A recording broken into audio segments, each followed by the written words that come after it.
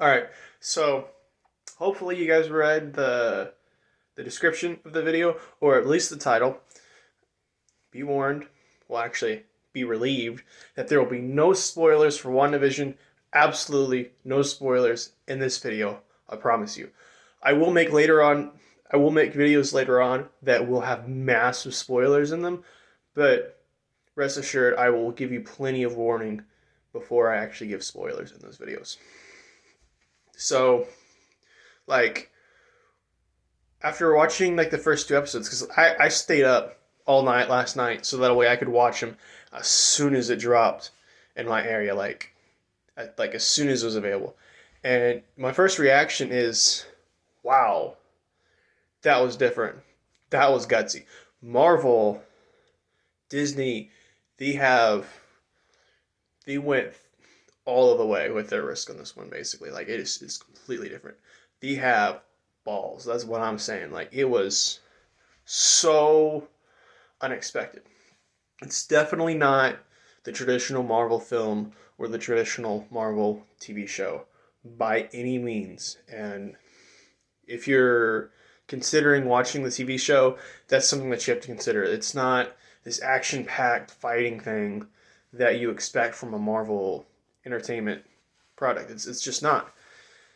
It's I don't know if you guys have ever seen the show I Love Lucy, but that's exactly what this is, except for instead of it being Lucy, it's Wanda and Vision, and it's about their story. And the episode premises themselves are kind of boring, but the way that they're done, it all comes together. It's hilarious. And it's not just the sitcom like rom com thing by itself. There is some little aspects of creepiness and some little aspects of horror dabbled in there. I really love the way they blended the two of them. They did it phenomenally.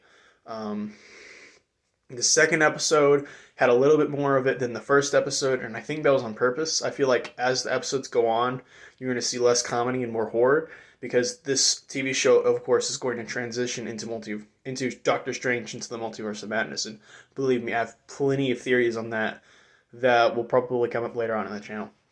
But like I said, everything was phenomenal. I mean, as long as when you go into it, don't expect like a high stakes fight. If you don't have your expectations up to that, you're gonna love this because it was amazing. It was hilarious.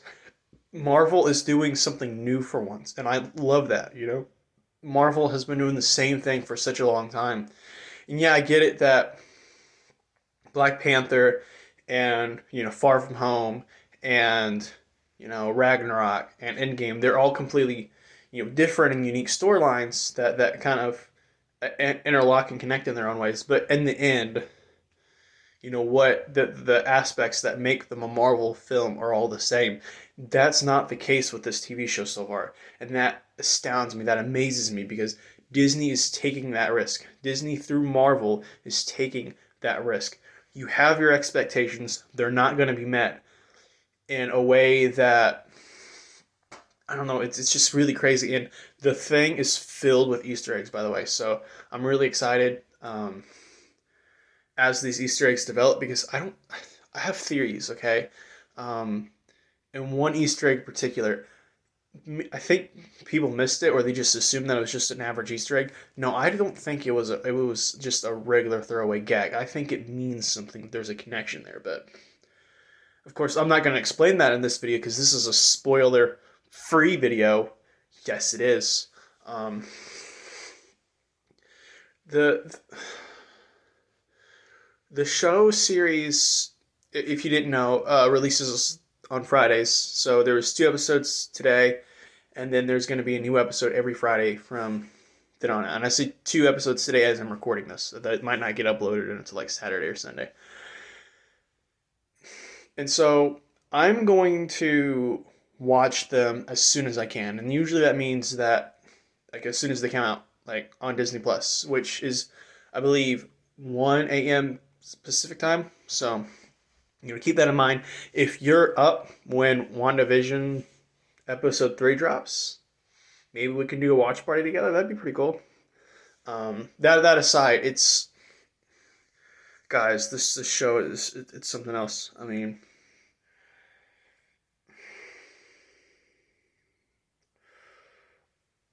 if I have to find something wrong with it, there's a couple of and I think that this is done on purpose, and as the show develops, it won't become a flaw anymore. But for me right now, there's a sort of confusing element to it, and the fact that it seems that even the characters themselves are getting lost in it, and I think that's done on purpose. But since it's not explained fully, it's kind of confusing at times, and that's like the only flaw that I can find in it. Other than that, I love this show, and I highly recommend that anyone checks it out. Um, cut coming in three, two, one. Wasn't that a smooth cut? You probably didn't even know I left. This show also excites me because it's exploring an aspect of the Scarlet Witch and like the Vision, but I don't think like we saw it in the comics, but we saw it in a different way. I feel like I don't think we're gonna get the House of M storyline on the screen. I think we're going to get a re-edition of it, like a new version of it, a retelling of it that's slightly different, but that's better and more adapted to the big screen.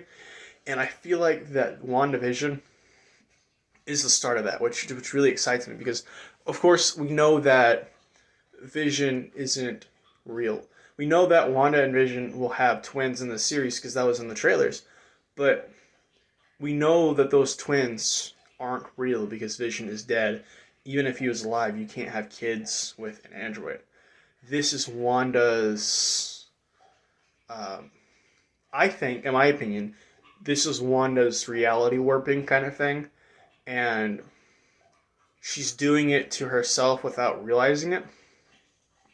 And the reason why I say that is because if she knew what she was doing when she was doing it, there wouldn't be as much in character confusion as what I've noticed. And so I think that whatever Wanda is doing to herself, she doesn't know that she's doing it to herself. And that's possibly being perpetuated by some sort of outside force, maybe like a villain that we haven't seen yet, that's manipulating Wanda into creating this sort of alternate reality. And the reason why I say that is because this does happen in the second episode, but it's not a spoiler because it also happens in the trailer. There's a radio broadcast, like the Wanda's like listening to the radio, and like the radio broadcast breaks through, and it's like an agent, saying, Wanda, are you there?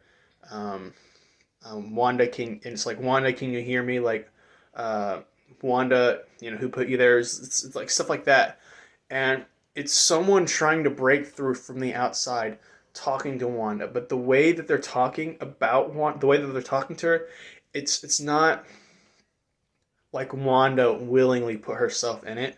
And if she did, the person that's talking to her or the person that's trying to contact her obviously does not know that. And so I definitely know that there is some sort of outside force in play. However, I feel like the reality warping itself is a product purely of Wanda's magic that she's doing herself, whether she realizes it or not. Which really excites me even more because, I mean, that means that it's quite possible because her powers seem to be tied to her mental state, and so it's quite possible that as her mental state, destabilizes, and as she gets into like a worse and worse mental state, rather if it's depression from realizing that Vision isn't real, that he's not actually there, or if it's from the real world trying to pull her out. As her mental state gets worse, her powers get stronger, but they also get more unstable, and then we see that change the world around her, and it gets more and more and more terrifying until it wraps into Multiverse of Madness. And I feel like we've already sort of seen that. Um, like if you watch the films, you kind of see that with not it's not explicit, but just like little subtle things that happen here or there, and I feel like that's tied to her mentality. Um, to me, it seems like when weird things happen, it's because she's under stress, and that stress of course, is a part of her like mentality. And so if she if bad things happen when she's stressed, what happens when she realizes that Vision's not real, that her twins aren't real, that none of it's real because Vision is dead. When that hits her, everything is going to change, and there probably will be House of M, storyline. And I'm getting all of these like little implied things just from the first two episodes. I am really excited to watch the next few episodes as they come out, every Friday, like I said.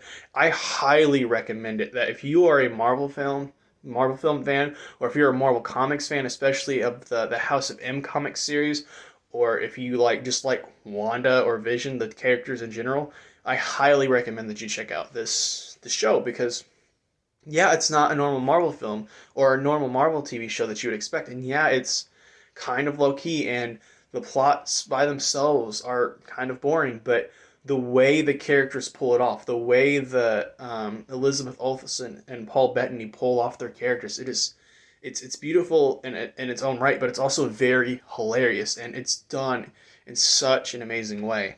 I've got nothing but like praise for this show for the most part.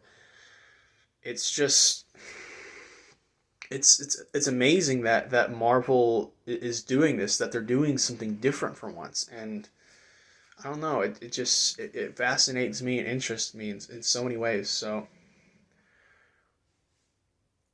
I'm trying to think of like more of like a review that I can give without like really spoiling it too much, because I know that I spoiled a little bit of it, sort of, but not really. um Trust me, when I make another video where I give a spoiler warning, I'm going to spoil it. This is just like, it's stuff that I'm talking about, stuff that hasn't happened necessarily, or stuff that hasn't explicitly happened, but stuff that's sort of implied, that I sort of picked up from it. But that's not really a spoiler, is it? If you think it is, let me know down in the comment section, and I'll try to watch it from now on for my spoiler-free review. But yeah, once again, I want to thank any of you that watch this, and apologize because I'm doing this on my phone, so sound quality and video quality isn't the best. But you stayed it through anyways, because you're the best on YouTube right now, because you're watching me, obviously. Um, so be swell, hit that bell, like the video, and share it if you liked it, and I'll keep you posted.